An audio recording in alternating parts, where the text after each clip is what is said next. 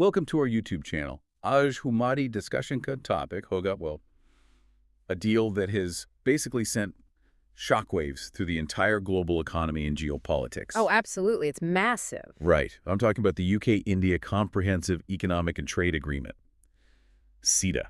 This is that huge, the Diwali Dhamaka deal that everyone has been waiting on for literally years. Yeah, years of wait. I mean, it took 14 rounds of really intense negotiations to get here. 14 rounds, plus all the endless delays and political drama. But they finally signed this mega deal on July 24, 2025. They did, and it's being pitched as this 1 lakh crore social contract. Exactly, a 1 lakh crore social contract. But, when I actually sat down and studied the primary sources, we're talking about a 2,000-page legal document here, plus all the economic assessments, a really shocking contrast started to emerge. I'm not surprised. The PR spin on these things is always, very shiny on the outside. Right, but what's the ground reality? I have to ask, does this deal just mean we get cheap whiskey at the cost of incredibly expensive, life-saving generic medicines? That is the big question, isn't it? Yeah. I mean, are we going to see our life-saving medicines become 50 times more expensive just so we can sip on cheap Scotch and drive imported luxury cars? Yeah. So today, we are going to decode this entire deal, completely stripped of all the PR spin. And I think doing that is so critical because this is not just some simple handshake or a nice photo op for the cameras. No, not at all. The document that Prime Minister Modi and UK Prime Minister Keir Starmer signed in London, it's essentially a massive legal rule book. A rule book that basically rewrites everything. Exactly. If you look closely, this is the foundation for completely dismantling India's traditionally protected economy. It's replacing it with this hyper-competitive global system. Which means the stakes are just astronomically high for the average citizen. Completely. I mean, the primary target here is to double bilateral trade by 2030. Right now, trade between the UK and India is floating around roughly $56 billion, which is about 42.6 billion pounds. And this deal is supposed to give that a massive boost. A huge boost. But more importantly, the impact isn't just going to live on some macroeconomist's chart. It's going to hit you directly. Right, like the listener tuning in right now. Yes. From the visas of IT workers in Bengaluru to the jobs of textile weavers in Ludhiana and Tirupur. I mean, it's going to affect your monthly household budget and your healthcare costs. Everything is getting rewired by this one document. Okay, so let's unpack this layer by layer. I want to start with the basic mechanics because, whenever people talk about free trade agreements, FTAs, people just get lost in this weird, dense jargon. Oh, yeah, the jargon is terrible. Right. But if I just look at it simply, it's basically a massive barter system, right? The UK said, hey, we will eliminate tariffs import duties on 99% of Indian exports. Bringing them down to zero, yeah. Which is wild. And in return, India reduces its massive tariffs on UK goods. Just for context, I checked the figures on this. Yeah. The trade-weighted average tariff that India applied to UK goods used to be roughly 15%. Right, which is quite high. Yeah, and after this deal, that average drops down to just 3%. I mean, going from 15% straight down to 3% is a massive drop. It is a phenomenal drop. Honestly, historically speaking, Indian markets have never been this open. Really? Never. Never. And if you look at the economic modeling, specifically the numbers projected by the UK Department for Business and Trade, they estimate that this deal will give the UK GDP a long-term boost of about 0.13% by 2040. Okay, 0.13%. What does that mean in actual money? That translates to approximately 4.8 billion pounds added to their economy annually. But on the flip side, according to their own projections, India's GDP only gets a 0.06% boost. Oh, wait, really? Just the 0.06%? Mm-hmm. Yeah, which is roughly 5.1 billion pounds. And in terms of trade volumes, UK exports to India are expected to jump by almost 60%, while imports from India will only rise by around 25%. Okay, wait a minute. Hang on. I'm seeing a mathematical paradox here. You're saying UK exports to India will grow by 60%, but our exports to them only grow by 25%. That's what the numbers say, yeah. And their GDP boost in percentage terms is literally double ours, like 0.13 versus 0.06. If we are opening up our market of 1.4 billion people to them, aren't we at a massive disadvantage? Well, it looks like that on the surface, yeah. I mean, the UK is essentially a goods exporter, right? Yeah. They want to tap into our huge consumer base, and India is this services supermarket. We want to export our IT professionals and our manufactured goods. Right, brain power and textiles. Yeah. So if we had the leverage, the fact that we're the fastest growing massive market in the world, Why did we sign such an asymmetric deal? Like, why this massive opening up right now? That is the perfect question. And the answer isn't actually hidden in pure economics, it's geopolitics. Oh, really? Geopolitics. Yeah, it's what we call the China plus one strategy. Ah, China plus one. I've heard that thrown around a lot. Right. So post-COVID, the whole world, and especially Western economies like the UK, they've become incredibly paranoid about their supply chains. Makes sense. Everything shut down. Exactly. They want to end their over-reliance on China. They desperately need a partner that is stable, democratic, and operates on a massive scale. And India is actively positioning itself as that ultimate alternative. So we are trying to be the new factory of the world. Yes. The government knows that by 2050, India is going to have 250 million high-income consumers. Wait, 250 million high-income people? Yes. Okay. That is 250 million people with extreme purchasing power. The UK urgently needs this consumer market for their economic survival, especially for their post-Brexit growth. Okay, so they need us to buy their stuff. What do we get? India wants the UK's high-tech capital. We want foreign direct investment, and we want to become a core part of their global supply chains. India's calculation here is very long-term. We want Western capital to flow into India first, even if it means the trade deficit gets a bit worse in the short term. Oh, I see. So the leverage is there, but we aren't using that leverage just to balance the trade of physical goods. We are pushing a completely different agenda. Exactly. And this brings us to our biggest demand. The holy grail for India in any trade negotiation, which is, of course, visas. Yes, the visa issue is always front and center. Yeah, when I was looking through the sources and the leaked documents, they consistently highlighted this one term, Mode 4 mobility. Right, Mode 4. Now, for an average listener, Mode 4 is a very weird technical term. We're used to hearing about H-1B visas or B-1, B-2 tourist visas. What exactly did we extract from the UK with this Mode 4 thing? So Mode 4 is basically a technical term used by the World Trade Organization. It stands for the temporary movement of natural persons. Okay, natural persons meaning actual human beings, not corporations. Exactly. In simple terms, when you export a service, let's say software development or architecture, sometimes a human being physically has to travel to that other country to deliver the service. Right, you can't always just code over Zoom. Precisely. India's #1 offensive demand in this deal wasn't actually about goods at all. It was on services. They wanted the visas. Yes, we demanded fast-track, hassle-free, temporary trade visas. We didn't want Indian IT professionals, management consultants, engineers, or even, yoga instructors and chefs having to stand in the regular, incredibly slow immigration queues where it takes years to get approved. Okay, I want to use a simple analogy to make sure I understand this. Let's say you run an Indian IT firm, like a TCS, Infosys, or Wipro. Sure. In the past, if they landed a new project in London and needed to send their 50 top engineers over there, they basically hit this massive toll booth. A very expensive toll booth. Right. Expensive visa processing fees, mountains legal paperwork, strict quota systems, and just months of waiting time. So this CETA deal basically gives Indian IT firms a VIP freeway pass. It's a dedicated fast-track lane where there are no hurdles. Am I getting that right? Your VIP freeway pass analogy is absolutely spot on from a mechanic's point of view. But, and this is crucial, there is a very fine line here that is literally a life and death political matter in the UK. Which is what? The difference between business mobility and migration. Oh, right. Because immigration is such a hot-button issue there. It is incredibly toxic and heavily debated in the UK. I mean, immigration control was one of the primary drivers of Brexit in the first place. Yeah, they wanted to close their borders. Right.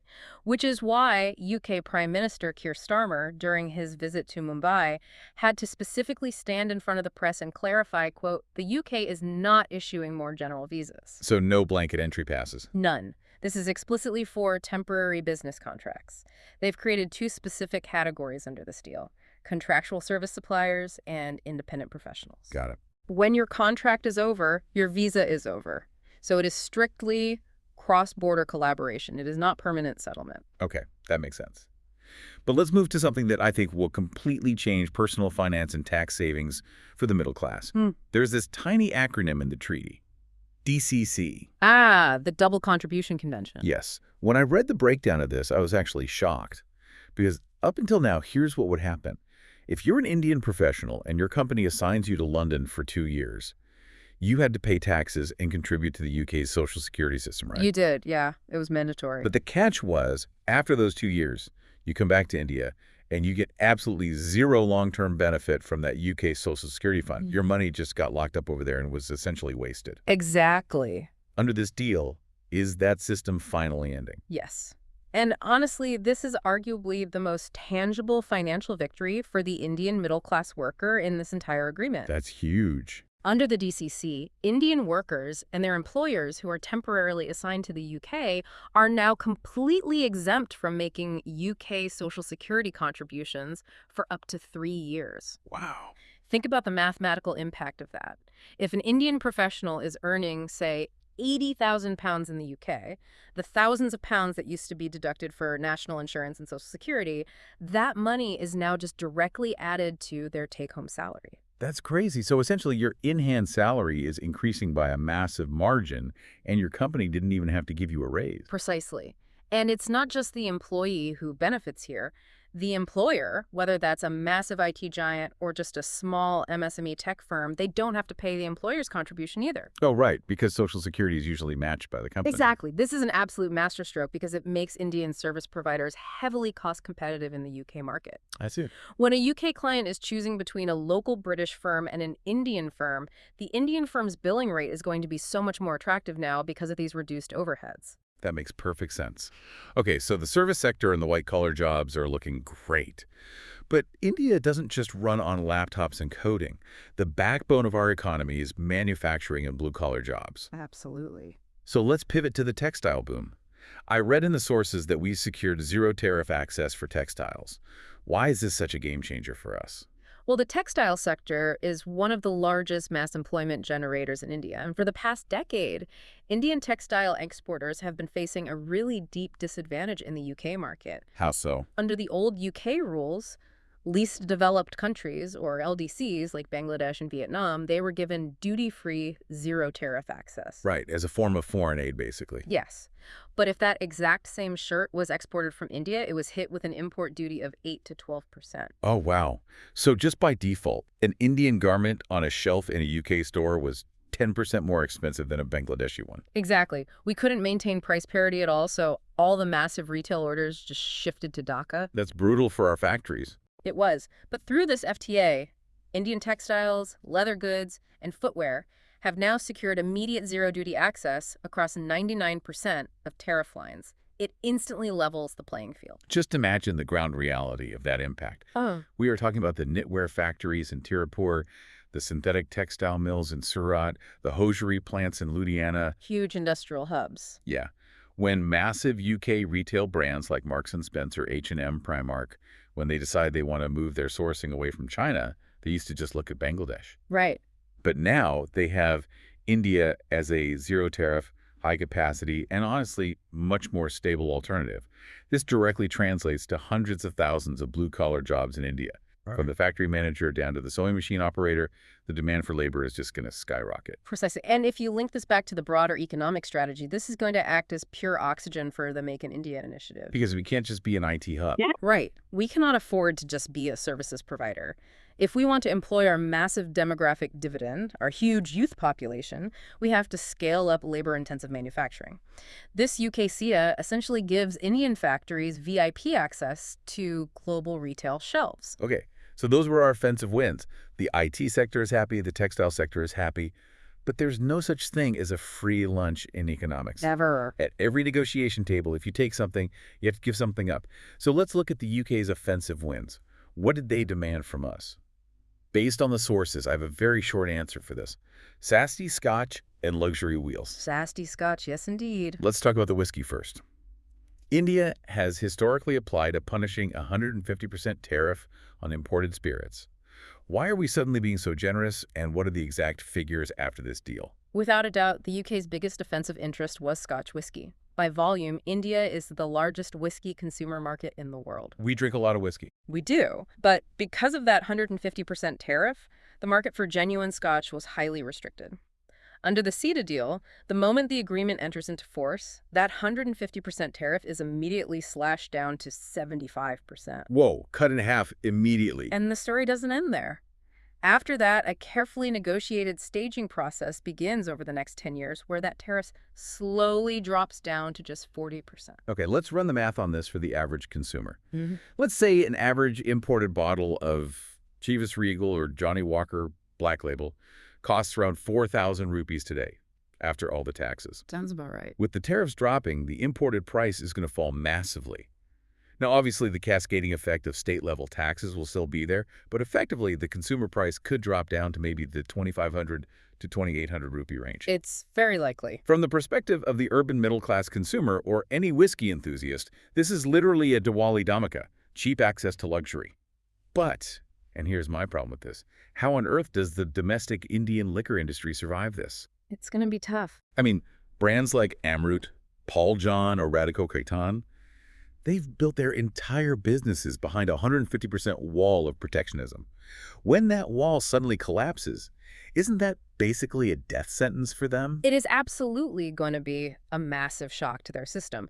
But, that is the fundamental principle of trade agreements. You are forcing domestic industries to compete globally. Oh, no more babying them. Right. You can't keep your local players in a protective bubble forever. Yes, in the short term, their profit margins are going to take a huge hit.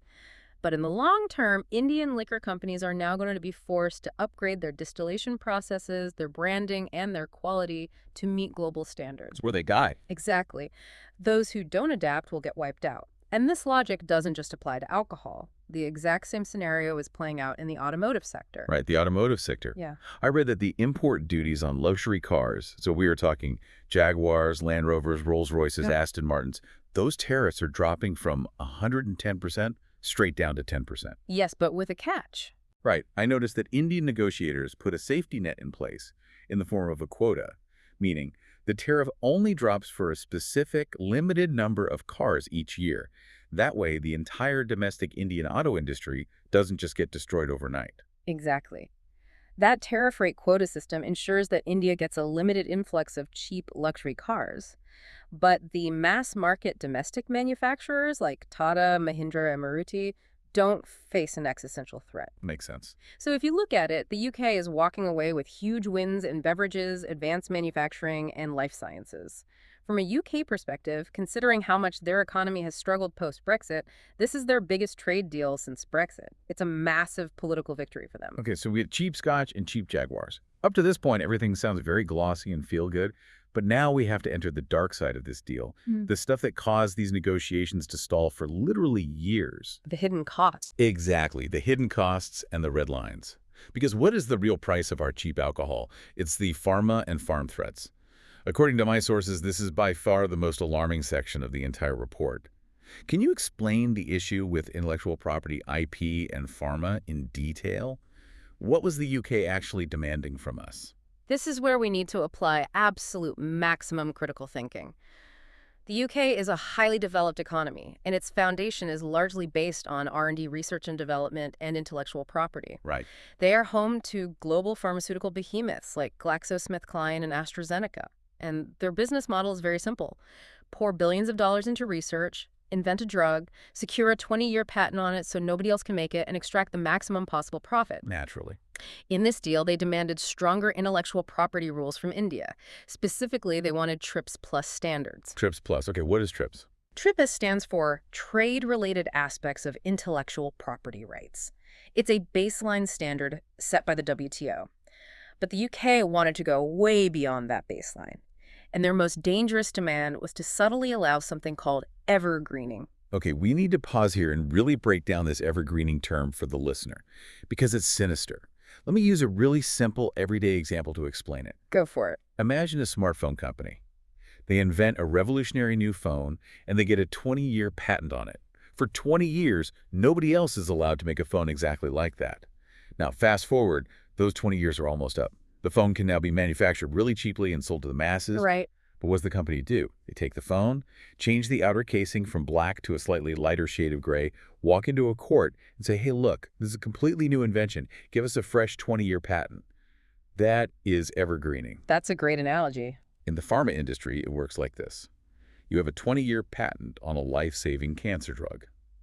When that 20 years is up, Indian companies, who are proudly known as the pharmacy of the world, they step in and make a generic, copycat version of that drug, which is 100 times cheaper. Saving millions of lives in the process. Exactly. But the UK companies wanted to stop that. Right before the patent expires, they want to make a minor, totally useless chemical tweak to the drug formula, like changing it from a tablet into a capsule, and boom, they get a fresh 20-year monopoly. India strictly bans this practice under Section 3 of the Indian Patent Act. So what happened in this deal? Did we surrender Section 3? Well, officially, the Indian negotiators have stated that they did not touch Section 3, and they have not compromised on public health. India's stance on this has historically been rock solid. Okay, but I sense a but coming. There is a big but. The official summary published by the UK explicitly states that the IP chapter in this deal, quote, goes far beyond India's precedent in any previous agreements. Oh, wow. Yeah.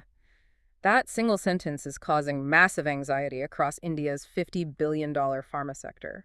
International NGOs, like Stop AIDS, lobbied extensively during these negotiations, warning that this deal could choke off the flow of life-saving generic medicines. How so if Section 3 is still there? Because if TRIPS Plus language got subtly integrated into the deal, for example, making regulatory data exclusivity rules much stricter, it could delay Indian generic manufacturers from bringing cheap medicines to the market by years without ever technically deleting Section 3. Man, this is that ultimate clickbait question I asked at the start of the show.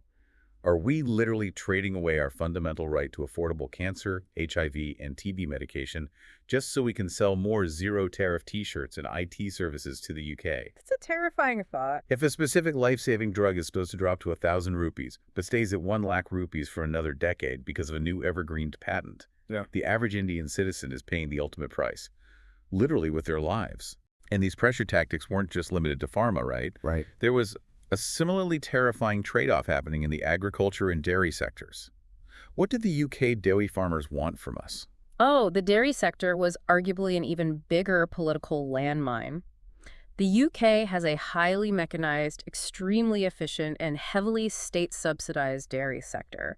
They have massive excess capacity. Too much milk. Way too much milk. Yeah. Their goal was to force India to open its market so they could dump their deeply discounted milk powder, mature cheddar cheese, and high-end dairy products over here. But we have our own dairy industry. We do, and for India, this is not just a purely economic issue. This is a matter of socio-political survival.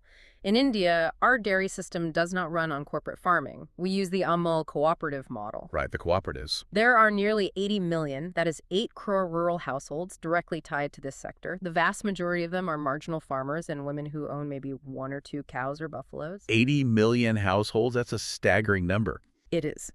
If cheap, heavily subsidized UK dairy products flooded into India at zero tariff, the livelihoods of those 8 crore farmers would be wiped out overnight. Just completely decimated. Yes. For the Indian negotiators, this was an absolute red line that simply could not be crossed. Exactly. So if we step back and look at it, both sides had their own untouchable red lines.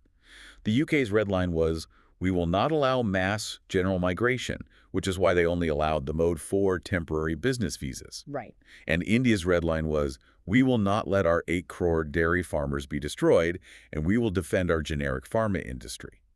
But there was a third thing, a clause that literally kept this entire CETA deal frozen for years. ISDS. Investor-state dispute settlement. Yes. The average person has absolutely no idea what ISDS means, but it caused an absolute earthquake inside the government. What is ISDS, and why did it cause such a massive uproar? ISDS is a highly controversial international legal mechanism. The UK desperately wanted to include it in this FTA. Let me explain it in plain English. Please do. Imagine a multinational company from the UK invests in India. Tomorrow, the Indian Parliament democratically passes a new law.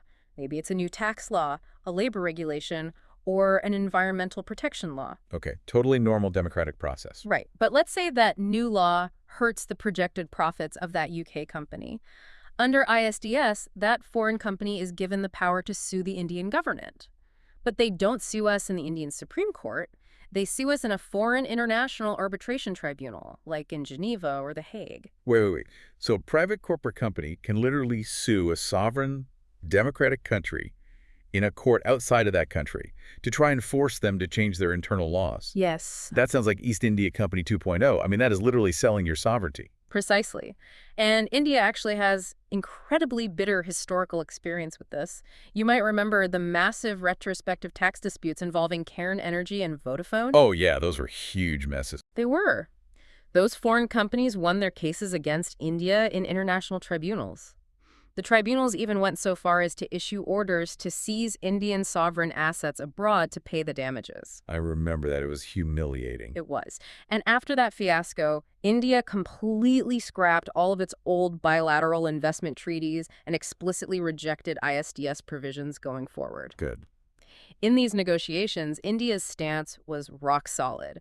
They basically said, if you want to do business in India and make a profit here, you have to trust our domestic judicial system. You have to trust our courts. We are not surrendering our sovereign right to tax to some foreign tribunal. And did we hold the line? Yes, India successfully rejected the ISDS clause in this FTA.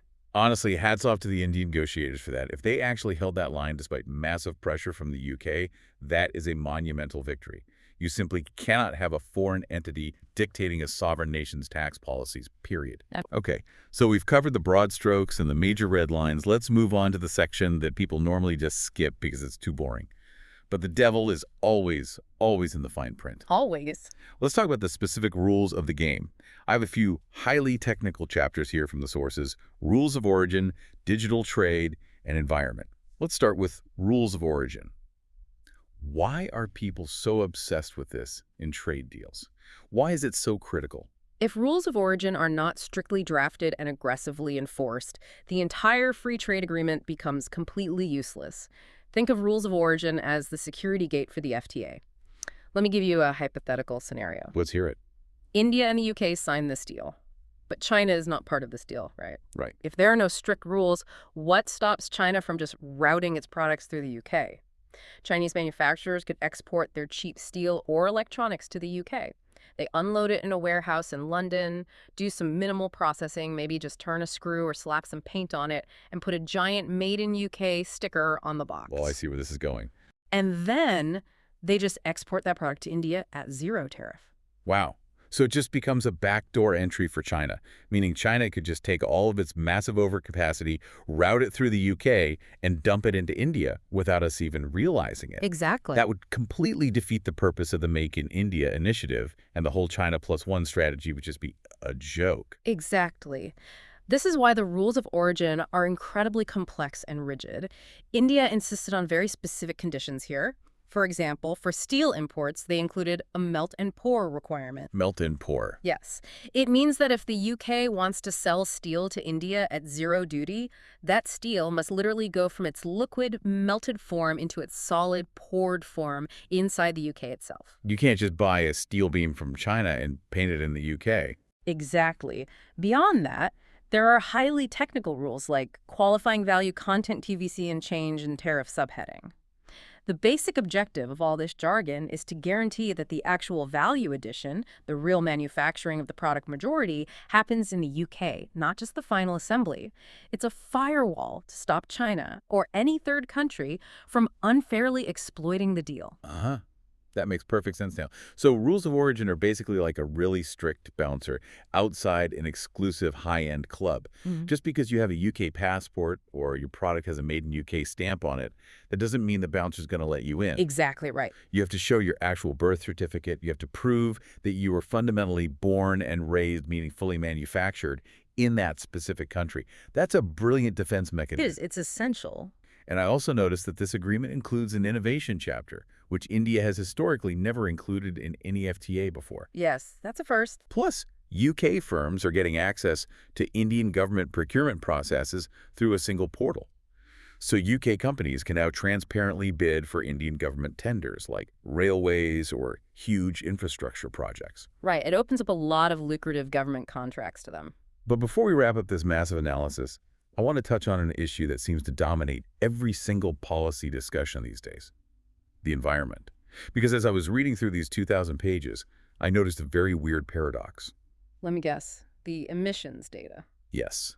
On one hand, both governments are giving all these grand speeches about green tech trade and sustainability.